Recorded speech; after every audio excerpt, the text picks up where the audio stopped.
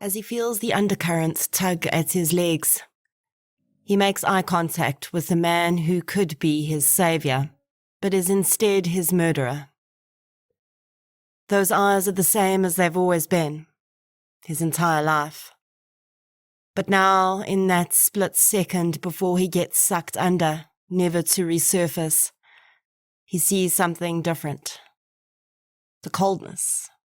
He hadn't noticed the coldness before. Or maybe he had, and he chose not to see. This is True Crime South Africa. I'm Nicole Engelbrecht, and you're listening to episode 121, The Serial Crimes of Pierre Basson.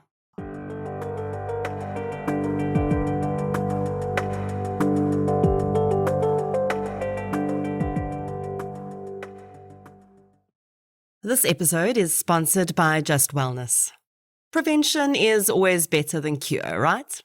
And while we're all either dodging or actively battling the flu bug right now, there's always something around the corner that's waiting to put a damper on our health. Right now, it's the upper respiratory stuff that often comes with winter. And before we know it, it'll be spring and we'll be dealing with allergies again. Every season brings its own challenges, which is why, rather than dealing with these issues as they come up, it's probably wiser to go the preventative route and start preparing your body before any of these issues even land. Just Wellness's range of olive leaf extract tinctures are the perfect preventative measure that you can take to start building up your defenses before any seasonal changes. Their wide range of blends includes something that's focused on almost any issue you might encounter, and the glowing testimonials on their website speak for themselves. And if you're not feeling like going out into the winter chill right now, you can order any two of Just Wellness's olive leaf blends online at justwellness.co.za and get free delivery right to your front door. Thank you to Just Wellness for their support of True Crime South Africa. Since 2019, True Crime South Africa has been telling the stories of the victims of violent crime in South Africa. The podcast is independent. That means no big or even little corporates fund it. And that's just the way I like it. And it's the only independent podcast in South Africa that consistently charts in the top 10. Keeping a podcast like this going is time-consuming. And for the most part, it remains a one-woman process. It's me. I'm the one woman. You, yes you, are the reason this podcast continues to flourish and help bring in tips on missing person and cold cases. If you'd like to help keep the show running, please consider supporting our sponsors, signing up to Patreon or PayPal, follow the show on the socials, as the kids say, and share it with your fellow partners in crime. You can find our social links and learn more about our sponsors at True Crime South Africa/donate. Shout out to this week's Patreon and PayPal superstars: Charlene Cornelissen, Dierwald Hart, Han, Jana, Jody Schultz, and Ramona Jerschenak for your support on Patreon. Patreon supporters get one additional exclusive episode a month, a shout-out on the pod, and other exclusive content, including Q&As with me as and when it's available. It's a minimum of $1 a month. I think you should do it. Please. And thank you. Keba. A few weeks back, I did a crossover interview with Ted Buerta on the podcast. Ted is the author of the new true crime book, Daisy DeMelka. If you haven't listened to that episode or read his book, I highly recommend both. Revisiting a few vintage true crime cases in that book and the interview again made me think about how much I really enjoy covering the occasional vintage case on the podcast. Now, some may feel that cases that are sometimes more than 100 years old are no longer relevant, but I found that there are often a ton of similarities between crimes committed a century ago and those committed last week.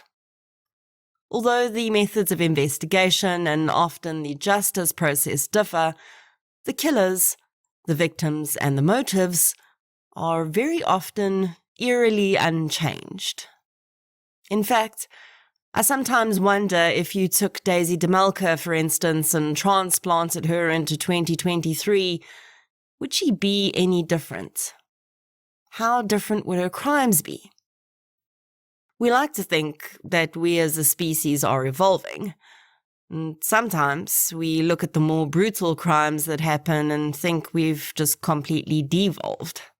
And we're just getting worse and worse. When we put measures in place in an attempt to stem the flow of crime, we can make a difference. But I think the very base motives, for especially murder, are never going to go away. And in every single generation, there are individuals born that simply fit all the criteria to go down the wrong road. Today's case takes us back 122 years to a time before the technological advances we take for granted now, and really to a place that we probably wouldn't even recognize if we got a glimpse into it. But as far as I can see, everything else remains pretty easily recognizable. Greed, serial murder, buried bodies, and an escape from justice all look very much the same in this 120-year-old version of true crime. In researching this episode, I used a chapter from Rob Marsh's book, Famous South African Crimes, as well as a few other sources from the internet. So let's get into episode 121, The Serial Crimes of Pierre Basson. The following episode may contain sensitive material, including descriptions of violence, sexual assault, or graphic descriptions of injuries to victims. If you feel you may be triggered by such material, please consider this before accessing our content. To access trauma counseling or services, please see the helpline information on our show notes. Pierre Basson was born in 1880 in the Cape Province. He was the oldest of 4 children and soon made a reputation for himself as a bit of a nuisance in the neighborhood. The police officer that would be part of the eventual investigation into his crimes had been aware of Pierre from when he was a young child. When he was 12, Pierre had attacked another child with a knife. Many neighbors had also complained that he'd abused and harmed their pets and the local strays. In a time where the term serial killer was not even coined yet, this type of behavior may have already been seen as problematic, but not in the way that we would class it today. He also started to steal from shops and neighbors, which caused serious issues with his parents when he denied doing so, and the victims of theft continued to insist that he had stolen from them. When Pierre was 17 years old, his father passed away suddenly. He'd been ill for a short period, but there'd been nothing to prepare the Basson family for the loss of its father and husband. In this time in history, it was extremely difficult for a woman to raise children on her own without a husband. On reflection, those who knew Pierre would say that he seemed to take his father's death rather well. He quickly took up the role of head of the household and almost seemed to relish the power it gave him over his younger siblings. Although life was difficult for the family after the death of Mr. Basson, financially they did not struggle too significantly. There was a life insurance policy that paid out, and it seems to have been this moment in time that paved a new and rather dark path for the oldest Basson boy. Now, I'll address this now because as I progress in this episode, you're undoubtedly going to wonder about this as I did. Pierre Basson was never linked in any way to his father's death. And although his death will definitely seem even more suspicious to you when I get into the next death linked to this young man, there's really no proof that Mr. Basson's demise was anything more than natural causes. Of course, we'll never really know. And when that insurance policy paid out, Pierre began to think about the fact that there was money to be made, and perhaps other motives to be accomplished, through the insurance industry. In the wake of his father's death, and using some of the capital from that life insurance policy as startup money, Pierre started his own money-lending business. Although scenarios like this often evolve out of a well-intentioned start, this one really seems to have started exactly as Pierre Basson had intended to continue. In a time when money lending was not controlled by any type of formal set of laws or overseen by any financial organization, money lenders were pretty much doing their own thing, and only as ethical as they themselves decided to be. One common practice among money lenders, when the loan was longer term, was to have the indebted person take out life insurance to the value of the loan plus interest, and make the moneylender the beneficiary. Life insurance was also much easier to take out at that time as well. There were no blood tests, no health checks. You just paid your premium and that was that.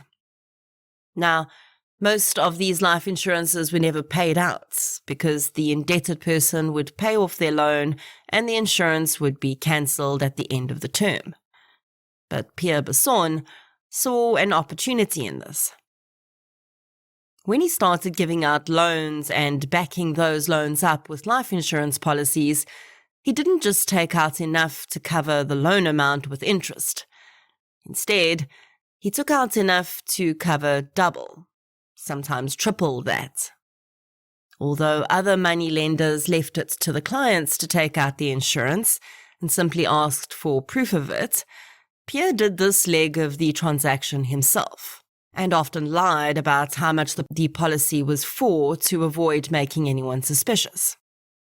And if any of Pierre's clients had seen the amount on the life insurance policies, they most certainly would have had every reason to worry. But for many of them, the realization that they'd been caught in a deadly scheme would come far too late. Pierre started his schemes very close to home, perhaps feeling more in control with people closer to him and wanting to figure out what worked best in the aftermath in a situation he'd have more manipulative value over. In 1901, Pierre suggested to his mother and two brothers that they needed to insure all of their lives so that if any of them passed away, they'd be financially protected.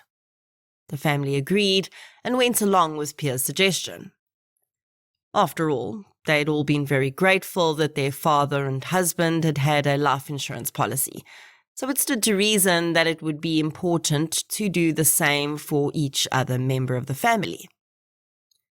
Interestingly, there were two deviations from Pierre's plan. He did not insure his sister, although it is possible she was already married at this point, or perhaps, considering the times, a female family member who was not the matriarch wouldn't have been as particularly valuable in financial terms. And the other deviation was that Pierre insured his youngest brother, Jasper, for almost 10 times the amounts he insured the rest of his family members for. Jasper's life insurance was valued at £3,500. At the time, this was a massive amount of money. He explained to Jasper that it would be beneficial to him because the way life insurance worked at the time was that a young, healthy person could actually borrow against the policy at some point. The Bassons agreed, and the policies were put in place. Pierre had asked his mother to put her name down as the beneficiary and the administrator of the policies, but as the head of the household, Pierre handled the payments, and it would later emerge that within a few months, he'd stopped paying the premiums on all the policies, except one. That of his brother Jasper. The other policies lapsed without the rest of the family knowing, but Jasper's continued on. In February 1903, Pierre invited Jasper on a fishing trip to Gordon's Bay. The plan was that Pierre would head out the day before and book into the Holloway Hotel there. Then Jasper would join the following day. Pierre spent the day before his brother arrived in conversation with Mr. Holloway, the owner of the hotel. Holloway recalled that Pierre had specifically inquired about a few of the drowning incidents that had occurred in the area in the prior months. There were certain areas around Gordon's Bay that seemed to be more dangerous than others when it came to drowning.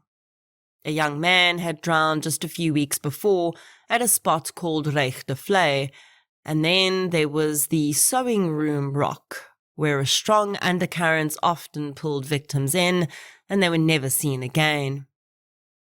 Pierre asked Holloway if the drowning victims had been washed off the rocks while fishing, and how many bodies had been recovered. Holloway would think very little of the conversation at the time. Pierre was there to fish, and it stood to reason he'd want to ensure his and his brother's safety. Later, though, that seemingly innocuous chat would take on a very different significance. Jasper arrived at the hotel on the evening of Friday the 13th of February 1903. He met up with his brother, checked into the hotel, and the two bedded down for the night. The plan was to head out before dawn the next day and spend the whole Saturday fishing. This, however, is not how the day played out. Instead, at 6:45 a.m., two men met Pierre Basson walking back from the beach toward the hotel. He had two fishing rods over his shoulder, and as soon as he saw them, he began speaking.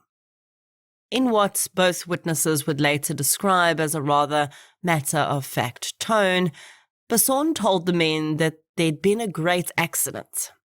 He went on to claim that his brother Jasper had been cutting bait on the rocks when a large wave had swept him off and into the sea.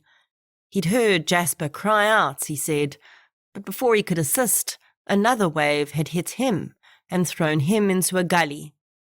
By the time he had gotten his footing back, his brother was nowhere to be found. Pierre Basson was certain that his brother had sadly drowned to death. One of the men that Pierre encountered that morning was a doctor. He was used to seeing people in the grips of grief and trauma after a horrible accident or injury had stolen their loved ones from them before their very eyes, and he immediately felt that Pierre seemed extremely in control of his emotions. The other man noticed something else. Pierre, in his retelling of the awful tale, had claimed that he hadn't been able to offer assistance to his brother because he too had been washed off the rocks by a wave and into a gully. The strange thing was, though, that Pierre Basson was bone dry. Only one of his pants legs was wet from the knee down, as though he'd slipped a little and briefly lost his footing. He certainly didn't look like a man who'd been incapacitated by a monster wave. Of course, although these thoughts would briefly enter the minds of the men as they stood speaking with Pierre that morning, it would only be later that they'd really allow themselves time to pay attention to the oddities of the conversation and how he'd presented. At that moment, the most important thing was to get a search party going. Jasper could have clung to a rock somewhere, or he could be keeping himself afloat somehow, and it may still be possible to save him. A group of local fishermen set out on a boat with Pierre Basson that morning. He explained that they'd been at the notorious sewing room rock, where the undercurrent was so vicious, and as they neared the area and then spent several hours searching around it, it soon became clear that the ocean had claimed the body of young Jasper Basson. Pierre Basson returned to Cape Town to break the news to his mother that her son had died. And soon after, he notified the insurance company of Jasper's death and asked that they pay out the £3,500 life insurance policy. Even in these early years of the life cycle of the insurance industry, companies were well aware that false claims and other insidious actions weren't entirely impossible. And they weren't just going to pay out without first conducting an investigation.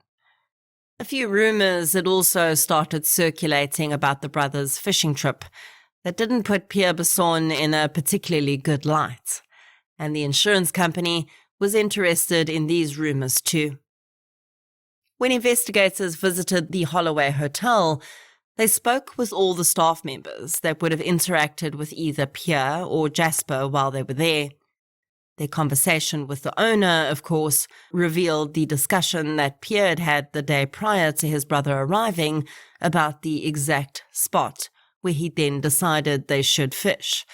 And it seemed rather odd that his brother would become one of the very drowning victims they discussed in that conversation. When investigators spoke with the barman at the hotel, something even more damning seemed to emerge. Mr. Cruz had been approached by Pierre Basson in the hours after his brother's death. Pierre had told the barman that he needed a few witness statements to back up his insurance claim on his brother and asked if the man would provide a statement. For his trouble, Pierre said he would pay Cruz £25. Cruz told investigators that he had initially agreed, but when Pierre had produced an already prepared statement detailing an account of events that were wildly different to what had actually happened, Cruz had become suspicious and refused to sign. Pierre had stalked off in a huff, the man said. Based on all of the strange occurrences around Jasper's death, as well as the witness testimonies that indicated that Pierre Basson had attempted to fabricate a version of events, the insurance company soon informed Pierre that they would not be paying out Jasper's policy. Pierre was outraged and convinced his grieving mother to take the insurance company to court. The case would eventually go all the way to the Supreme Court, where a year after Jasper's death, the court ruled in the Bassons' favour, and the policy was paid out. The family purchased a large house with grounds in Heatherton Road in Claremont, with part of the insurance payout. After Jasper's death, Pierre continued on with his money-lending business and also continued to take out life insurance policies on his clients. But one after the other seemed to have very poor luck when dealing with Pierre Basson. A male client whose £370 life insurance policy was left to Pierre was found deceased on a beach in Cape Town. The man seemed to have been strangled, but there was very little investigation into his murder, and Pierre was paid out what he was due. Another client would die on a sailing trip with Pierre Basson when he allegedly accidentally fell overboard and Pierre had been unable to save him. That man's life insurance also paid out to his moneylender, Pierre Basson. Then, a German couple who were friends with Pierre Basson and also alleged to have loaned money from him while they were travelling in South Africa were robbed and shot to death. Adolf Beck was another Basson moneylender client who met an untimely end. His body was found floating in a river, and Basson was paid out from his life insurance. Pierre's seemingly murderous schemes would continue on until 1905. He was doing incredibly well financially, but also spending at quite an alarming rate. It was almost as though he felt there was always more where that had come from. Pierre was no longer enjoying living with his family, though, and wanted a property of his own where he could start his own life and perhaps his own family one day. Although if he'd just worked more carefully with the money that was flooding into his accounts, He could likely have purchased a property outright. That didn't seem to be part of Pierre's plans. Instead, he seemed to figure that, like everything else he'd acquired up until that point in his life, there had to be a way to get what he wanted without parting with a penny. In 1905, Pierre was introduced to a German farmer named Wilhelm Schaefer. Schaefer owned a farm called Highlands, which was about 25 kilometers from Claremont and near the end of Klipfontein Road. This was likely in the area we now know as Parow, which has since been significantly industrialized. Schaefer was a hard-working man and very good with money. He and his brother had worked Highlands hard for many years, and as he now neared what he considered his retirement years, he was looking to sell the farm, take the money he made, and set himself and his brother up in a more comfortable home. When Pierre heard that Schaefer planned to sell his farm, he put a plan into action to acquire the property for himself. In December 1905, Pierre travelled out to Highlands to view the property and start negotiations with Schaefer. Schaefer's asking price for the property was £1,400, and he was pretty steadfast on that amount. Pierre, though, was pressing for a much lower price. After hours of tough negotiation, the two men eventually settled on a price of £1,020. Despite playing along, Pierre Basson had absolutely no plan to pay a single cent to Schaefer, but he did intend to acquire his property by his own means. Schaefer was a sharp man, and he wasn't about to be swindled out of his hard-worked property, so he laid down the rules for the deal. Full payments, as agreed, needed to clear into his bank accounts before the legal process of transferring the ownership would begin. The legal side of things was to be handled by Schaefer's attorney, Herman Hirschberg, and a few days after their initial meeting, Basson and Schaefer visited the attorney together for the first time. There, Schaefer reiterated to his attorney that the transfer should not be implemented until full payment was cleared into his account. The attorney said he understood, and Basson parted ways with Schaefer, saying that he would set about gathering the money and have it deposited into the man's account within about a week. This did not happen, though. Instead, Basson arrived unannounced at the offices of attorney Hirschberg and attempted to convince the man to start the process of the transfer. Hirschberg refused, insisting that his clients had given him clear instructions and he was not going to deviate from them. Basson tried every manipulation trick he knew, but the attorney was not budging, so he left his offices. It wasn't long until he was back again, though. On his next visit to the attorney's office, Basson claimed that he had already paid for the farm, so the transfer should now be carried out. He now added that he needed the transfer documents to prove to the bank that he was good for a loan he wanted to take out against the property, as he'd used his own money to fund the property payments and needed to offset that with a loan, but the bank wouldn't pass the loan until they saw the paperwork. The attorney said he hadn't received any proof of payment, but perhaps simply to ease Basson's growing annoyance, he agreed that he would start the paperwork required for the transfer and provide Basson with draft documents that required signature. He said he could use these to present to the bank in the interim, and the final documents would be produced when Basson provided proof of payment. Interestingly, there actually was a loan situation that Pierre Basson had gotten himself involved in. Despite already knowing full well that he didn't intend to pay a cent to Schaefer for the property, he'd already come up with a further plan on how to benefit even more from a property he'd yet to swindle out of the owner's hands. After the attorney gave him the draft paperwork, he was able to secure a loan of £500 using a property he didn't even own as surety. This injection of money seemed to keep Pierre satisfied for a few weeks. But in early January 1906, he was back in Hirschberg's law offices. He presented a receipt for £1,020, which seemed to show that he'd paid Schaefer in full for the property. The receipt, of course, was fake, but the attorney did not immediately know that. He did say that he still wanted to contact his client to hear from his own mouth that the deal was done and that the transfer was to be finalized. Basson was irate that he was still being questioned and delayed, and told the attorney that Schaefer had gone to Kimberley, so there was no way he could get hold of him in any case. The attorney wouldn't budge, and told Basson that until he saw his client face to face and confirmed that he was happy, he would not be finalizing the transfer.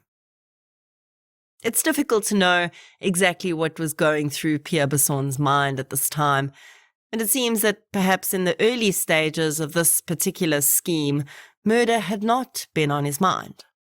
But I don't really know how he expected to get away with it if Schaefer was still around.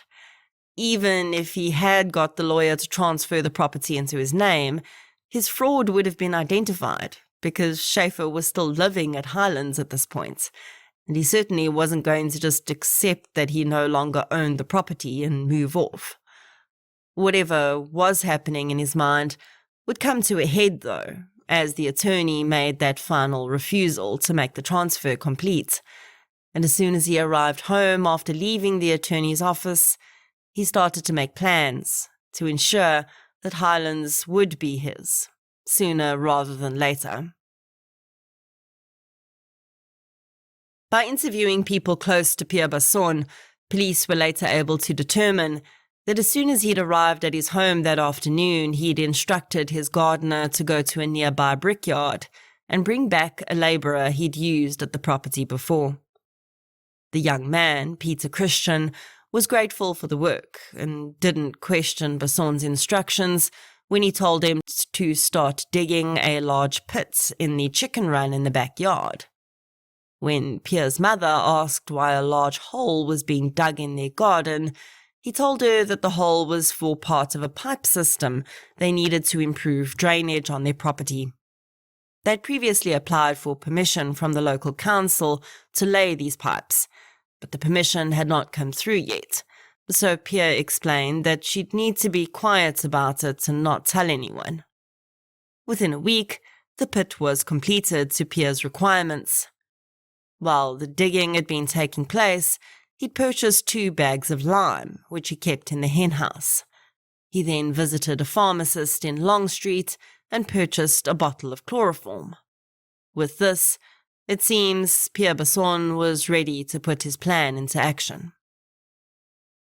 On the 22nd of January 1906, Wilhelm Schaefer stopped in at a blacksmith's shop in Lansdowne Road. He was there with his horses, who drew a small carriage, commonly referred to as a trap, and he asked the blacksmith to shoe his horses and make some repairs to his carriage, while he took care of some business in Claremont. He told the blacksmith that he would return in no more than 2 hours. He was headed to the home of Pierre Basson to collect the payment for his farm. Wilhelm Schaefer did not return. It would later be revealed that when Schaefer arrived at Pierre Basson's home that day, he was greeted by Pierre and a man called Tobias Lowe. Lowe had been a friend of Basson's for some time. This seems to be the first time he comes up in connection with Basson's crimes, but that's not to say that he may not have had some level of involvement in other instances. Lowe would vehemently deny ever being present, but a witness would claim they had seen him there. Schaefer was taken to Basson's room, where he said they could finalize the property deal in private. Instead, Wilhelm Schaefer was somehow incapacitated, likely with the chloroform Pierre had purchased at the Long Street pharmacy, and then he was killed. The cause of his death could not be determined, but it's possible he died from a combination of blunt force trauma and strangulation. Basson's mother and brother were in the house that day. but they would later claim not to have known anything about what was happening. Basson and Lowe waited until nightfall to move Schaefer's body. They'd stripped him down naked and then used a door that led straight out from Pierre's room to the garden to carry him out. Catherine Morcella worked as a domestic worker in the street the Basson family lived on. On the evening of the 22nd of January 1906, she was walking home from work when she passed the Basson home, and through a gap in the trees, she noticed some strange goings-on at the property.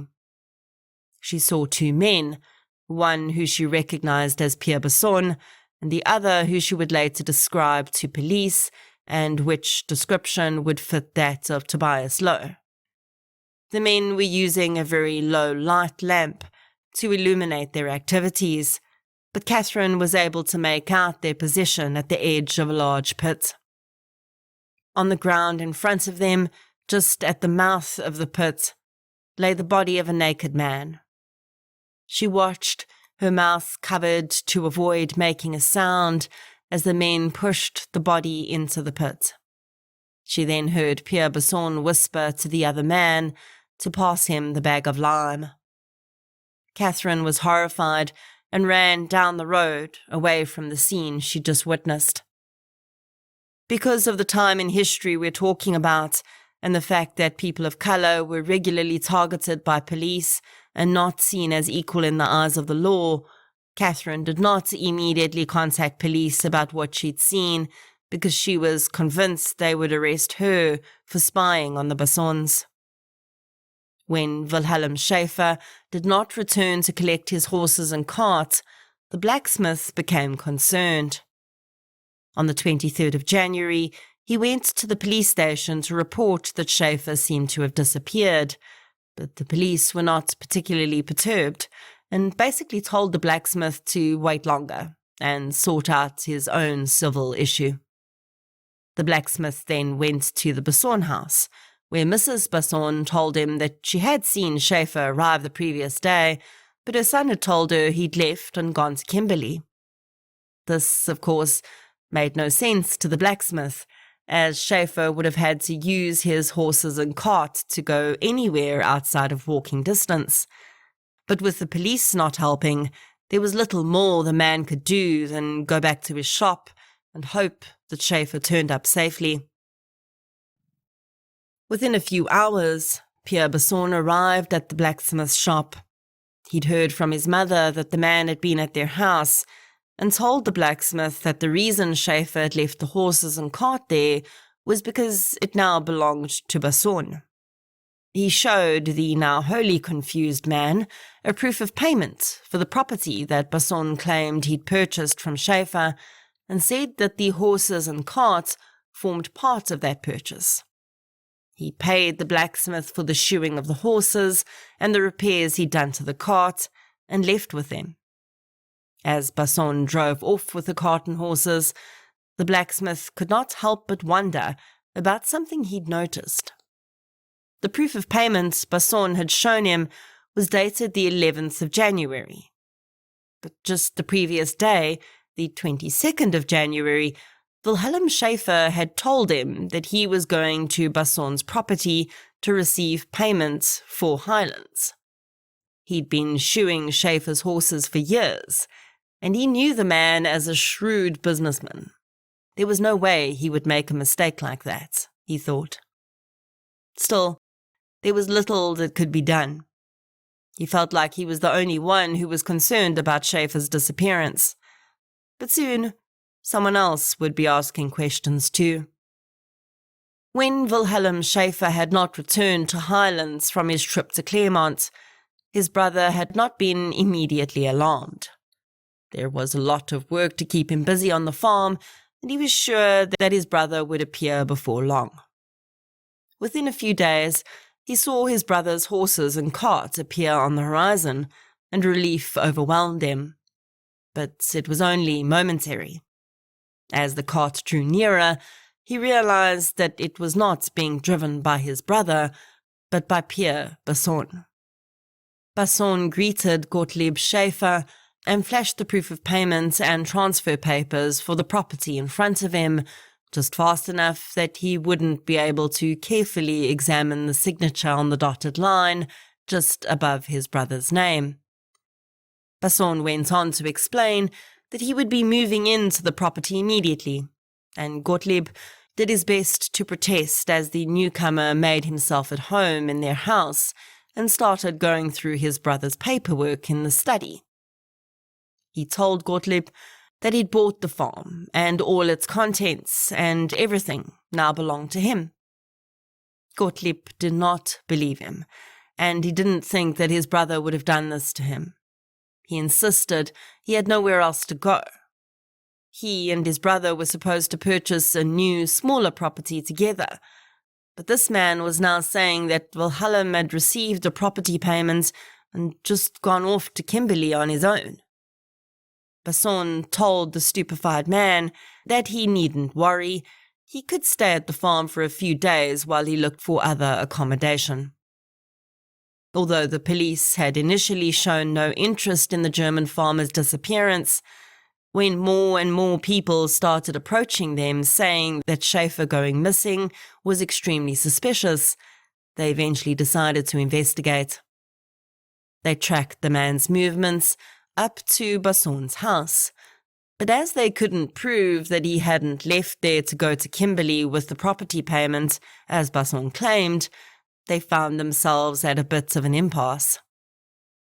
On the 7th of February, the Argus newspaper published a short piece about the case, and I have to read this to you because it's just so different from what we might see today.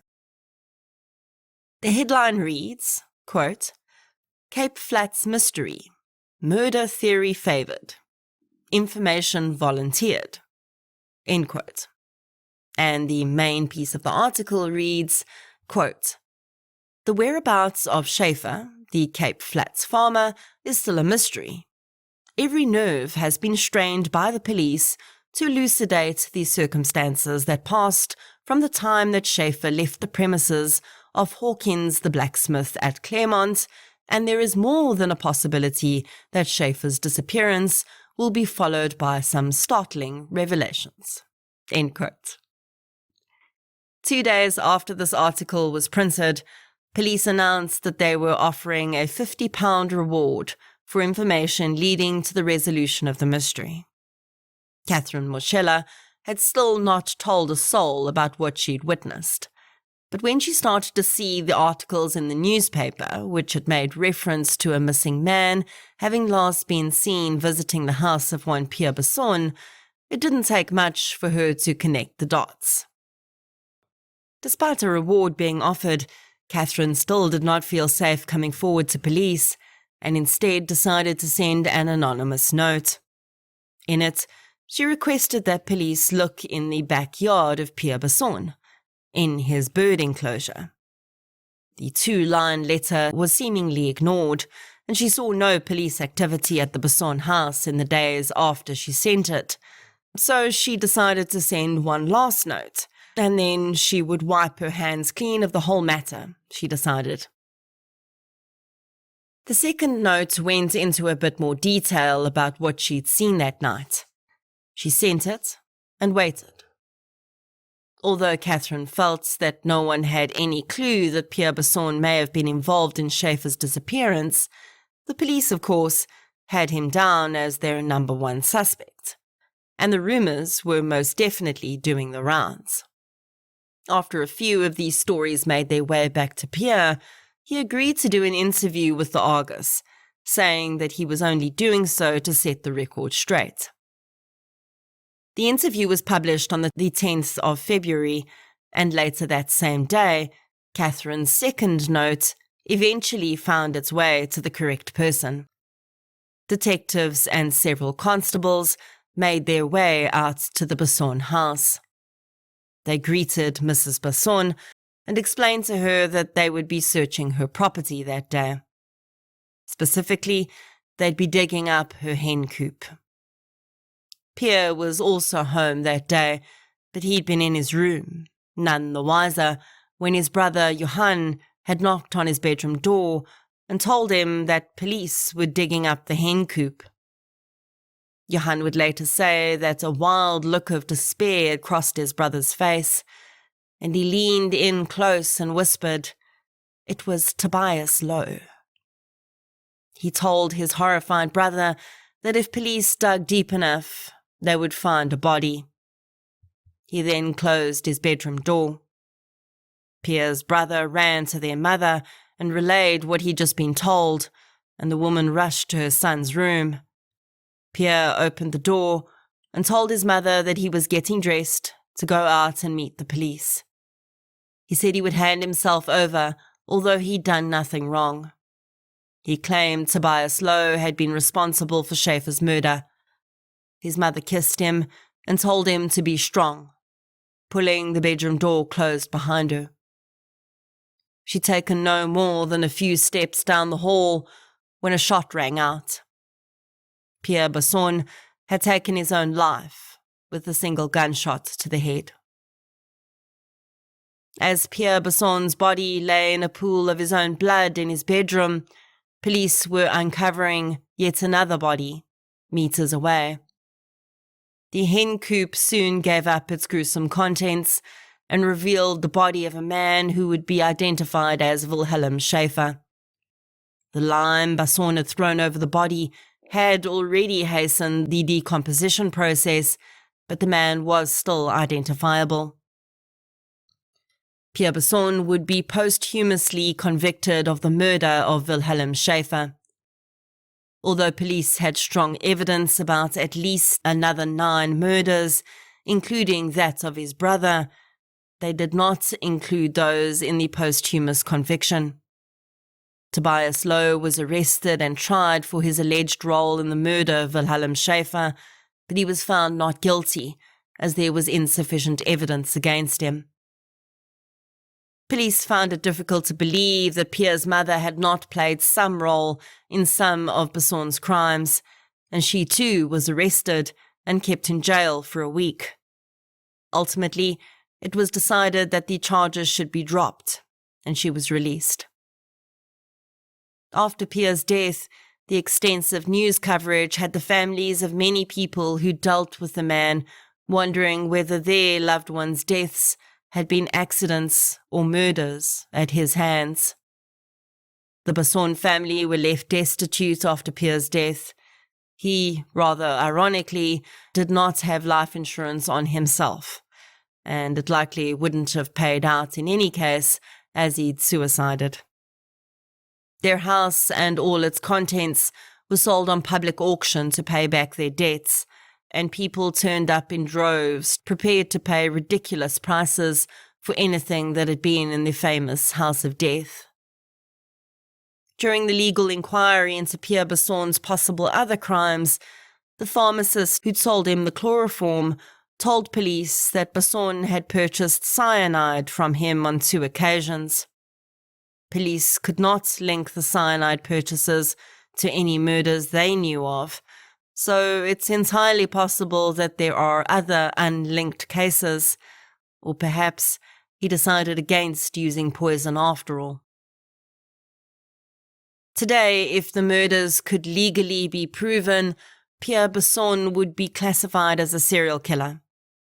His modus operandi and victim count, as well as the period over which he operated, quite closely resemble that of Rosemary Ndlovu, although she focused her victim selection almost exclusively on her family members. I do wonder if Pierre Basson would have been caught sooner than later had he been active today, 120 years later.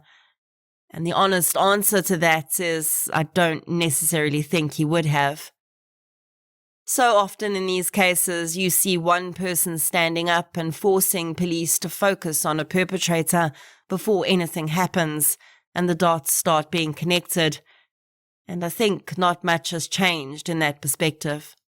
Look at Cecilia Stein of the Krugersdorp cult killings and how long her crew got away with their murders.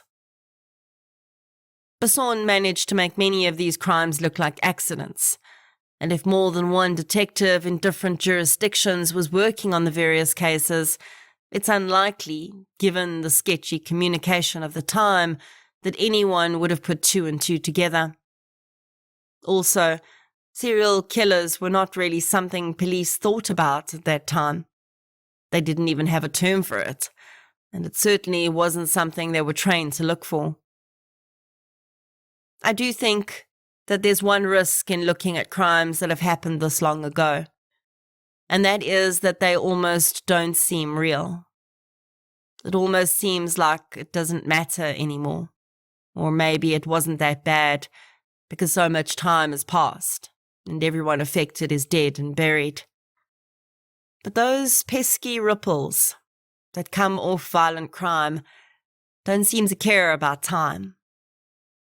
The generational trauma that's passed down from one set of children to another doesn't magically disappear because the crimes were committed in the early 1900s. And really, we have no idea what type of impact this man's crimes still has today. We don't know if children were left fatherless or motherless by one of his murders, and that still impacts their descendants in some way. We don't know if there were knock-on effects from the brutal loss and then the loss of justice that spiraled and deepened and made it so that Pierre Basson's greed and absolute callousness just keeps getting repeated, even here, today, in 2023. Perhaps the best way for us to connect with these mostly unnamed and faceless victims is to imagine how we would feel if one of our loved ones took out a loan to help themselves or our family financially through a rough time, and they were sucked into a trap and viciously murdered, and the police paid no attention to their deaths and allowed a killer to continue to kill until eventually the climax of his own bottomless pit of greed got the better of him. Perhaps that is the only way to bridge those 120 years. Wilhelm Schaefer, Jasper Basson, Adolf Beck, and all of the other unnamed victims. Rest gently.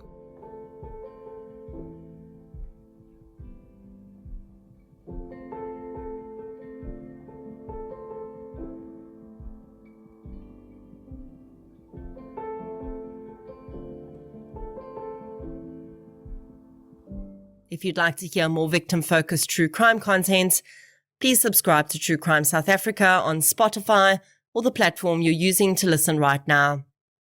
If you're looking for something still related to real-life stories, but often with a more positive slant, you can check out my new podcast series, I Lived Through This. You can follow both podcasts on social media. We're on Facebook, Twitter, and Instagram. I'll be back next week with another episode. Until then, thank you for your support, and I'll chat to you soon.